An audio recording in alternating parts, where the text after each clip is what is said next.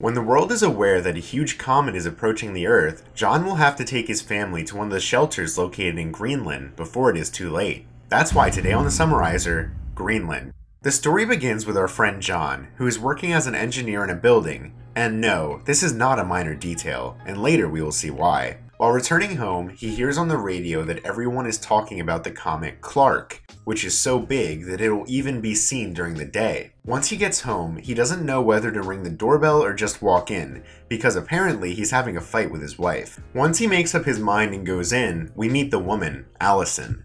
After a few words about couple problems, our little boy Nathan appears. John asks him about comets, and Nathan tells him that Clark is from a different solar system and that nobody knows too much. And at this point, we learn that the boy has diabetes, and again, this is not a minor detail. The next day, the interesting starts. Nathan is excited about Clark, and John turns on the TV, where they say the comet is not dangerous. And at that moment, while John was preparing the grill for his son's party, a neighbor shows up.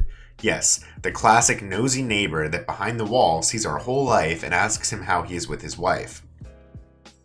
Allison shows up and tells John to go buy beer and stuff at the supermarket, because people are coming, there's nothing to eat, and she has to get ready, because yes, even if it's an apocalyptic movie, the actors have to look good. John takes his truck and goes with Nathan to the supermarket, and as soon as they arrive, all the extras are looking up, because the sky is filled with planes and helicopters. And now you know something's wrong, when everybody leaves and you stay buying the beers and sausages that your wife sent you to buy.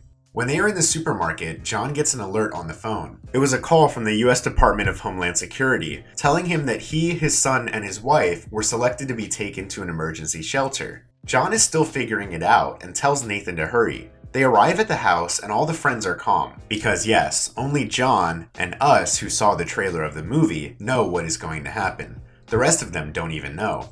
It seems that everyone is ready to see the impact of a small fragment of the comet that, according to the specialists, was going to fall into the ocean. At all this, John goes to the kitchen and tells Allison about the emergency alert that came over the phone. She tells him to calm down, but he tells her that if everything was fine, half the army would not be moving by land and air. Yes, that's true. Everyone prepares for the comet to fall into the water, but no, they missed it big time. And suddenly a quake is felt. John goes out to see what happened and sees all the birds flying away, and suddenly a shockwave sweeps everything away. Now yes, let the apocalypse begin. John's phone rings again. It's another presidential alert telling him to go to an airport, but now all the neighbors see that John and his family have been chosen to go to a shelter and that no one else can go with them. They pack their bags, Allison puts the child's insulin in the backpack, and they leave. But when they are on the street, the neighbors show up and suddenly a woman wants to give them her daughter to take her to the shelter. But John, having read the terms and conditions, doesn't take her, because he knows they won't accept her.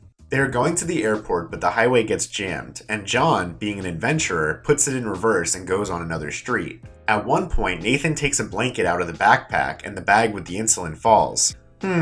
That sounds to me that in the future we'll end up fucking our characters. When they arrive at the airport, they get out of the car, grab their stuff, and approach to get in. And now, as in the Best Music concert, they only let in those who have the QR code on their phones. John, who is experienced, moves in and they get in. Once inside, they are given a bag to put everything they can from the 3 suitcases they had packed. And now, when they are putting everything together, Nathan's medicine is missing. The boy wanted the blanket and threw it in the car. John is told that it will be a few minutes before his plane leaves, so he goes to get the medicine and tells them that he will see them inside the plane. While Allison waits with Nathan, she has no better idea than telling a military man that they went to get the kid's meds, but nope, apparently this is a problem and they take her away. Meanwhile, John finds the insulin. Allison is with the kid and a military woman tells her that no one sick gets on the plane. John looks for his family and ends up accepting that they are already on the plane, but in fact, his family was being escorted off the plane. As there is no signal, John can't communicate and ends up inside the plane, hoping to find them at some point. But suddenly, a man asks him how he got on the plane with those drugs if they don't allow anyone else. So he realizes that his family never got on. Allison finishes leaving with Nathan and there is an alert about a perimeter breach. Yeah, they're not zombies, they're people. But in an apocalypse, it's all the same.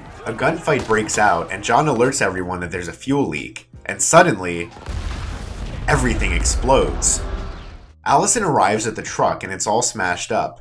Then she sends a message to John to meet at his father's house. But small detail, Allison, there's no signal. Good news is that Allison is smarter than we thought and left a note on the windshield. While the entire world is on fire and there's looting and rampage everywhere, Allison approaches a pharmacy to get medicine for Nathan. But while they are inside searching, a group of extras who thought they were in the purge come in and start murdering people to take what little is left. In the parking lot, they meet a couple and convince them to bring them closer to the north. Allison overhears the couple talking about the VIP planes arriving at the shelters, and after offering them something to eat, they start asking them where they come from, and between some words it comes out that they had been chosen, but because of Nathan's illness they were not allowed to go on board. Somewhere else in the city, John is lucky and he finds a truck that was just going north, so he gets on. While he is in the truck, another passenger, Colin, sees the bracelet and asks him what he did for a living, since they had selected people by their professions, so he tells him that he is a structural engineer. This passenger tells him that they were going to Canada because there are pilots there who are preparing to go to Greenland, where the shelters are. Some bunkers which had been built during the Cold War. And yes, they were classified, but they realized by how the planes were moving on the radars. Allison continues traveling with the couple, but the man looks at her weird and starts telling them not to go to her father's house, to go back to the airport, and that maybe they'll let the kid get on the plane if he goes with another family. Yes, the man wants to kidnap Nathan and try to get the kid on the planes. Then he slows down, takes Allison down, and takes the boy.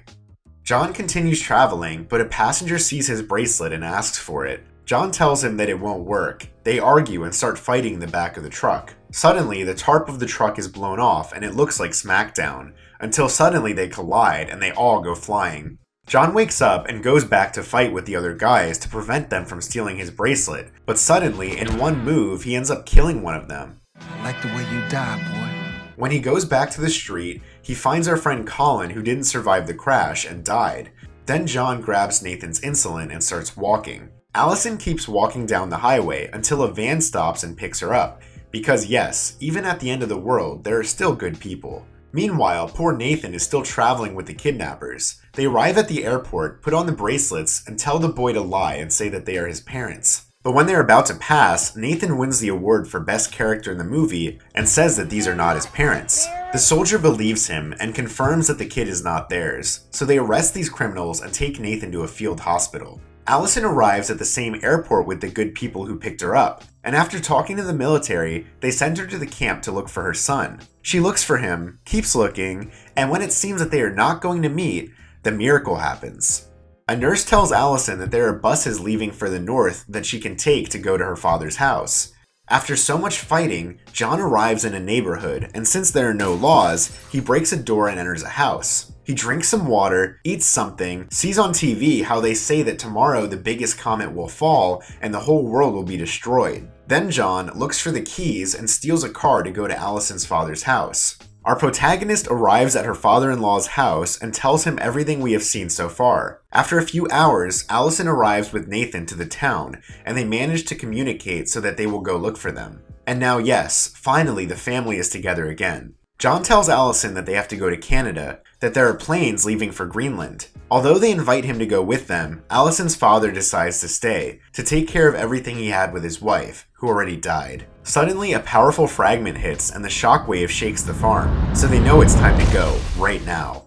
Run, bitch! Run! While our protagonists are traveling, they are stuck in a traffic jam due to an accident, and a meteor storm forces them to look for a place to take shelter. At that moment, John, who is an engineer, adventurer, and also quite intelligent, gets into a forest until they reach cover under a bridge. John sees a trapped person, so he decides to rescue him, burning his arm. They get back into the powerful truck and start driving towards Canada. Now they find the airport, and as there are already planes taking off, John gets a fast and furious shock and quickly gets on the runway. And in order to get on the plane before it takes off, they simply stand in front of it until it lets them on, and they start their flight to the shelters. After a few hours, they are already in Greenland, and now all that remains is to look for the shelters. But suddenly, fragments start to fall nearby, and the shockwave hits the plane, causing it to fall rapidly with failures all over the place. Clark is about to enter the atmosphere, but the plane finally lands.